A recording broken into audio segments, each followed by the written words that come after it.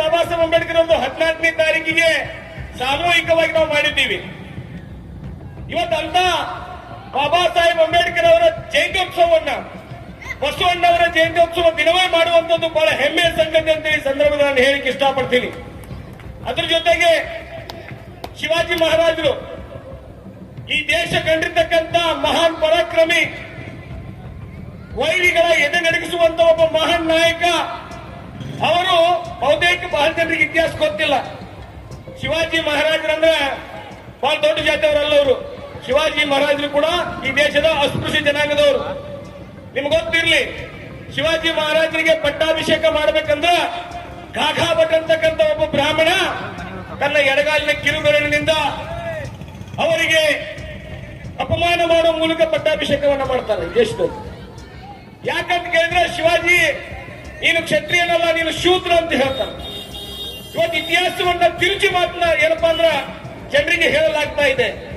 ಬಾಬಾ ಸಾಹೇಬ್ ಅಂಬೇಡ್ಕರ್ ಅವರು ನಿಮ್ಗೆ ಗೊತ್ತಿರ್ಲಿ, ಯಾವಾಗ ಮನುಸ್ಮೃತಿಯನ್ನ ದಹನ ಮಾಡ್ತಾರ ಆ ಸಂದರ್ಭದಲ್ಲಿ 100 ವರ್ಷಗಳಿಂದ ಏನು ಶಿವಾಜಿ ಮಹಾರಾಜರಿಗೆ ಅಪಮಾನ ಮಾಡಿದ್ರಲ್ಲ, ಅದ್ರ ಶೇಡನ್ನ ಬಾಬಾ ಸಾಹೇಬ್ ಅಂಬೇಡ್ಕರ್ ಅವರು ಮನುಸ್ಮೃತಿಯನ್ನ ದಹನ ಡಿಸೆಂಬರ್ 25 ಮನುಸ್ಮೃತಿಯನ್ನ ದಹನ ಮಾಡುವ ಮೂಲಕ ತಿಳಿಸ್ತಾರ.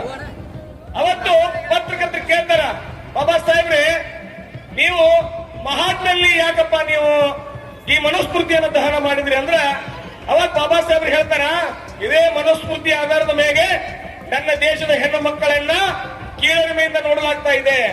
ಇದೇ ಮನುಸ್ಮೃತಿ ಆಧಾರದ ಮೇಲೆ ಈ ದೇಶದಲ್ಲಿ ಅಸ್ಪೃಶ್ಯತೆ ಆಚರಣೆ ಮಾಡಲಾಗ್ತಾ ಇದೆ. ಇದೇ ಮನುಸ್ಮೃತಿ ಆಧಾರದ ಮೇಲೆ ನನ್ನ ಅಜ್ಜ ಛತ್ರಪತಿ ಶಿವಾಜಿ ಮಹಾರಾಜರಿಗೆ ಅವಮಾನ ಮಾಡಲಾಗಿದೆ. ಆ ಅವಮಾನಕ್ಕೆ ಇವತ್ತು ಸೇರ್ತಿಸ್ಕೊಂಡ್ರೆ ಬಾಬಾ ಸಾಹೇಬರು ಅವತ್ತು ಹೇಳ್ತಾರ. ಅದಕ್ಕ ಮಹಾರಾಷ್ಟ್ರ ಹೋಗಿ ನೋಡ್ರಿ ನೀವು, ಶಿವ ಜಯಂತಿ, ಅಂಬೇಡ್ಕರ್ ಜಯಂತಿ, ಭೀಮ ಜಯಂತಿ, ಶಿವ ಜಯಂತಿ ಎರಡೂ ಕೂಡ ಮಾಡ್ತಾರ. ಪೇಶ್ವೆಗಳು ಮರಾಠರಾಗಿರ್ಲಿಲ್ಲ, ಪೇಶ್ವೆ ಬ್ರಾಹ್ಮಣರಾಗಿದ್ರು. ಆದ್ರೆ ನಿಮ್ ತಲೆಗೆ ಹಾಕ್ಬಿಡ್ತಾರ, ಪೇಶ್ವೆಗಳು ಮರಾಠರಾಗಿದ್ರು, ಮರಾಠರು ಮಹಾಜೊತೆ ಯುದ್ಧ ಮಾಡಿದ್ರು. ಇವತ್ತು ಈ ವೇದಿಕೆ ಮೂಲಕ ಬಹಿರಂಗಪಡಿಸ್ತೀನಿ, ಕೋರೆಗಾಂವದಲ್ಲಿ 500 ಮಹಾ ಸೈನಿಕರು 28,000 ಪೇಶ್ವೆ ಬ್ರಾಹ್ಮಣರನ್ನು ಕೊಂದು ಹೊರತ ಮರಾಠರನ್ನು ಕೊಂದಿಲ್ಲ. ಇದು ಇತಿಹಾಸ. ಇದು ಪೇಶ್ವೆ ಬ್ರಾಹ್ಮಣರ ರಾಜ್ಯಕ್ಕೆ ಸವಾಲು ಹೊಟ್ಟಿದವರು ಈ ದೇಶದ 500 ಜನ ಮಹಾ ಸೈನಿಕರು. ಆದ್ರೆ ನೀವೇನ್ ಮಾಡ್ತೀರಿ, ಪೇಶ್ವೆ ಮರಾಠರ ಜೊತೆ ಯುದ್ಧ ಮಾಡಿದ್ರು ಅಂತ ಸುಳ್ಳು ಪ್ರಚಾರವನ್ನು ಮಾಡ್ತೀರಿ. ಅದಕ್ಕೆ ಛತ್ರಪತಿ ಅಂದ್ರೆ ಏನು? ಛತ್ರ ಅಂದ್ರೆ ನಮಗೆ ಸೂರು ಕೊಡುವಂಥದ್ದು. ಪ್ರತಿಯೊಬ್ಬರಿಗೆ ಸೂರು ಕೊಟ್ಟವರು ಛತ್ರಪತಿ ಶಿವಾಜಿ ಮಹಾರಾಜ್. ನಮ್ಮ ಬಹುಜನ ನಾಯಕರಂತ ಹೇಳಿದ್ರೆ ಬಹಳ ಹೆಮ್ಮೆ ಅನಿಸ್ತತಿ. ಜೋರಾದ ಚಪ್ಪಾಳೆ ಹೊಡಿಬೇಕು ಅವರಿಗೆ. ಛತ್ರಪತಿ ಶಿವಾಜಿ ಮಹಾರಾಜ್ ನಮ್ಮ ಬಹುಜನ ನಾಯಕರು. ಅದಕ್ಕೆ ಈಗೆಲ್ಲ ನೋಡಿದ್ರಲ್ಲ, ಸೋಷಿಯಲ್ ಮೀಡಿಯಾ ಇರ್ಬೋದು, ಅಧ್ಯಯನ ಇರ್ಬೋದು, ಎಲ್ಲವೂ ಈಗ ಬದಲಾಗ್ಬಿಟ್ಟೈತಿ. ಈಗ ಇತಿಹಾಸ ಮೊದಲು ಒಬ್ರು ಹೇಳ್ತಿದ್ರು, ಕೋಟಿ ಜನ ಕೇಳ್ತಿದ್ರು. ಈಗ ಹಂಗಲ್ಲ, ಇತಿಹಾಸ ನಾವು ಕಲ್ತೀವಿ, ಇತಿಹಾಸ ನಾವು ಹೇಳ್ತೀವಿ, ನೀವು ಕೇಳಬೇಕು, ಕೇಳುವಂತ ಮಾಡ್ತೀವಿ ಅನ್ನುವಂತ ಮಾತನ್ನ ಈ ವೇದಿಕೆ ಮೂಲಕ ಹೇಳ್ತೇನೆ ನಾನು. ಸ್ವಲ್ಪ ಕ್ರಾಂತಿಕಾರಿ ನಾವು, ಯಾಕಂದ್ರೆ ಹೋರಾಟದ ರಕ್ತ ಸಾಫ್ಟ್ ಕಾರಣ ನಮಗೆ ಬರಂಗಿಲ್ಲ, ಸ್ವಲ್ಪ ಹಾರ್ಡ್ ಕಾರಣ, ಆದ್ರೂ ತಾಯಿ ಹೃದಯ. ಹಂಗ ಮಾತಾಡುವಂತಹ ಒಂದು ಏನಪ್ಪಾ ಅಂದ್ರೆ ರಕ್ತ ನಮ್ಮಲ್ಲಿ ಐತಿ. ಬಾಬಾ ಸಾಹೇಬ್ ಕೊನೆಯದಾಗಿ ಮಾತಾಡಿ ಮುಗಿಸ್ತೀನಿ ಪ್ರಾಸ್ತಾವಿಕವಾಗಿ, ಯಾಕಂದ್ರೆ ಬಹಳಷ್ಟು ಜನ ಮಾತಾಡೋರ್ದಾರ.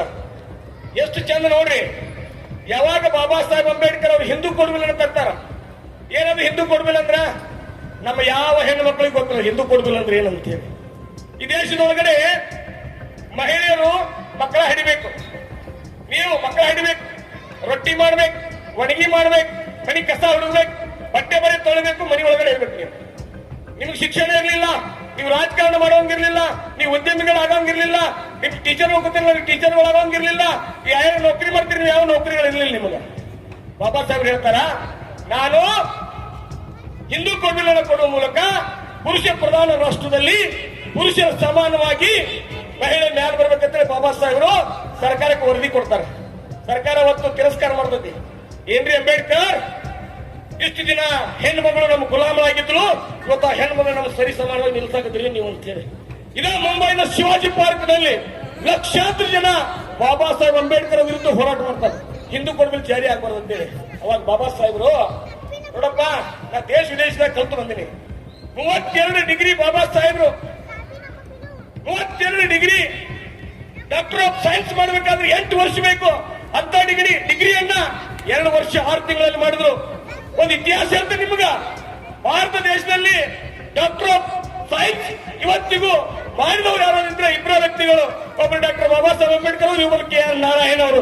ಇವತ್ತಿಗೂ ಭಾರತ ದೇಶದಾಗ ಯಾರು ಮಾಡಿಲ್ಲ ಅದನ್ನು, ಇವತ್ತಿಗೂ ಮಾಡಕ್ಕಾಗಿಲ್ಲ ಯಾರಿಗೂ. ಅಂತ ಬಾಬಾ ಸಾಹೇಬ್ರು ಹೇಳ್ತಾರ, ನಾನೊಂದು ವರದಿ ಕೊಡ್ತೀನಿ, ಅದಕ್ಕೆ ಕಿಮ್ಮತ್ತಿಲ್ಲ ಅಂದ್ರ ನಾನೇನೋ ಅವತ್ತು ಕಾನೂನು ಮಂತ್ರಿ ಇರ್ತಾರೆ ಬಾಬಾ ಸಾಹೇಬರು, ಈ ಮಂತ್ರಿ ಸ್ಥಾನಕ್ಕೆ ರಾಜೀನಾಮೆ ಕೊಡ್ತೀನಿ ಅಂತ ಹೇಳ್ತಾರೆ. ಅವರು ರಾಜೀನಾಮೆ ಕೊಡ್ತಾರೆ ಅನ್ನೋ ಕಾರಣಕ್ಕಾಗಿ ಸರ್ಕಾರ ನಡುಗಿ ಅವತ್ತು ಹಿಂದೂ ಕೋಡ್ ಬಿಲ್ ಜಾರಿ ಮಾಡ್ತತಿ. ಯಾವಾಗ ಹಿಂದೂ ಕೋಡ್ ಬಿಲ್ ಜಾರಿ ಆಯ್ತು ಅವಾಗ ಹೆಣ್ಣು ಮಕ್ಕಳಿಗೆ ಶಿಕ್ಷಣ ಸಿಕ್ತು, ಉದ್ಯೋಗ ಸಿಕ್ತು, ಅಧಿಕಾರ ಸಿಕ್ತು.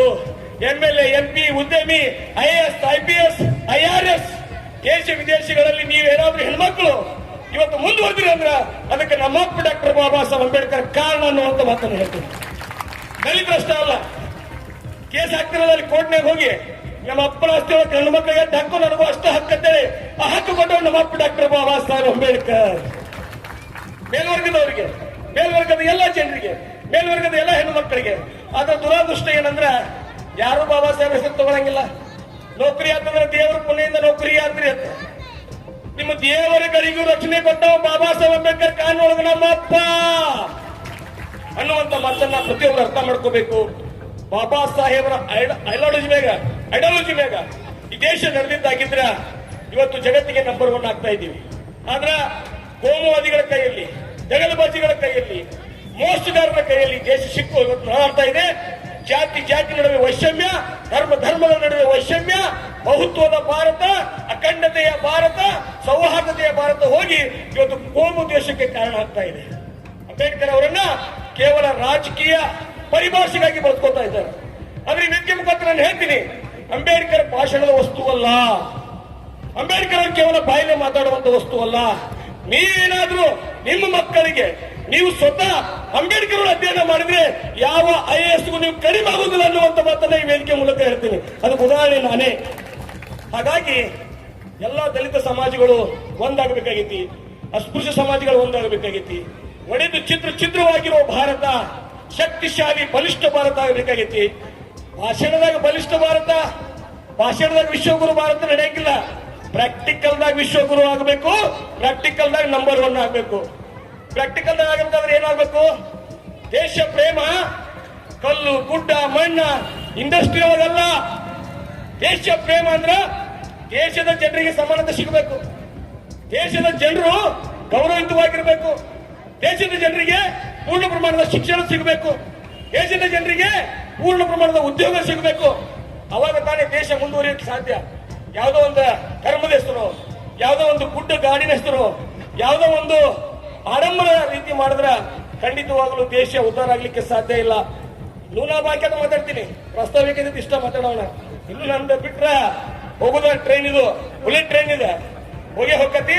ಹಂಗಾಗಿ ಕೊನೆಯದಾಗಿ ಹೇಳುವಂತದ್ದು ಇಷ್ಟ, ವೇದಿಕೆ ಮೇಲೆ ಇರ್ತಕ್ಕಂಥ ಯಾವುದೇ MLAಗಳಿಗೆ ಇವತ್ತು ನಮ್ಮ ಬಸವನ ನಾಡಿನಲ್ಲಿ ಬಸವಣ್ಣವರ ಜಯಂತಿ ಮಾಡುತ್ತಿರುವಂತಹ ಮಾನ್ಯ ಸಿದ್ದರಾಮಯ್ಯನವರಾಗಿರ್ಲಿ, ಎಲ್ಲೋ ಒಂದು ಟೈಮ್ ನಲ್ಲಿ ಚಾ ಮಾಡ್ತಿರುವಂತಹ ಮೋದಿ ಅವರಾಗಿರ್ಲಿ, ಎಲ್ಲೋ ಒಂದ್ ಕಡೆ ವ್ಯಾಪಾರ ಮಾಡ್ತಿರ್ತಕ್ಕಂಥ ಕೇಂದ್ರದ ಗೃಹ ಮಂತ್ರಿ ಅಮಿತ್ ಶಾ ಅವರಾಗಿರ್ಲಿ, ಅವ್ರೇನಾದ್ರೂ ಇವತ್ತು ಅಧಿಕಾರದಾಗ ಅದಾರಂದ್ರ ಅದಕ್ಕೆ ಕಾರಣ ನಮ್ಮಪ್ಪ ಡಾಕ್ಟರ್ ಬಾಬಾ ಸಾಹೇಬ್ ಅಂಬೇಡ್ಕರ್ ಅಂತ ಅತ್ಯಂತ ಹೆಮ್ಮೆಯಿಂದ ಹೇಳಿಕೆ ಬಯಸ್ತೇನೆ ನಾನು. ಅವರ ಋಣದಿಂದ, ಅವರು ಮಾಡಿದ ಹೋರಾಟದಿಂದ, ಅವರು ತಮ್ಮ ರಕ್ತವನ್ನ ಬಸಿದು ನಮಗ ಜೀವನವನ್ನ ಕೊಟ್ಟಾರ. ಹಂಗಾಗಿ ಅವರ ಸ್ಮರಣೆ ಕೇವಲ ಭಾಷಣಗಳಲ್ಲಿ ಸೀಮಿತ ಆಗಬಾರ್ದು, ಬದುಕಿನೊಳಗೂ ಅದು ಬರಬೇಕು. ಅದೆಲ್ಲವೂ ಬರ್ಬೇಕಂದ್ರ ನಿಮ್ಮ ಮಕ್ಕಳನ್ನ ಪ್ರಜ್ಞಾವಂತರನ್ನಾಗಿ ಮಾಡಬೇಕು. ನಿಮ್ಮ ಮಕ್ಕಳು ಪ್ರಜ್ಞಾವಂತರಾಗಬೇಕಾದ್ರೆ ಅವ್ರನ್ನ ವಿದ್ಯಾವಂತರನ್ನಾಗಿ ಮಾಡಬೇಕು. ಯಾವಾಗ ನೀವು ಶಿಕ್ಷಣವನ್ನ ಪಡಿತೀರಿ ಅವಾಗ ವಿದ್ಯಾವಂತರಾಗ್ತೀರಿ, ವಿದ್ಯಾವಂತರಾದ ನಂತರ ಪ್ರಜ್ಞಾವಂತರಾಗ್ತೀರಿ. ಈ ಸಮಾಜದಲ್ಲಿರುವಂತಹ ಸಮಸ್ಯೆಗಳಿಗೆ ಪರಿಹಾರ ಸಿಗ್ತೈತಿ. ನನಗೂ ಕೂಡ ಇಲ್ಲಿ ಮಾತನಾಡಲಿಕ್ಕೆ ಅವಕಾಶ ಮಾಡಿಕೊಟ್ಟ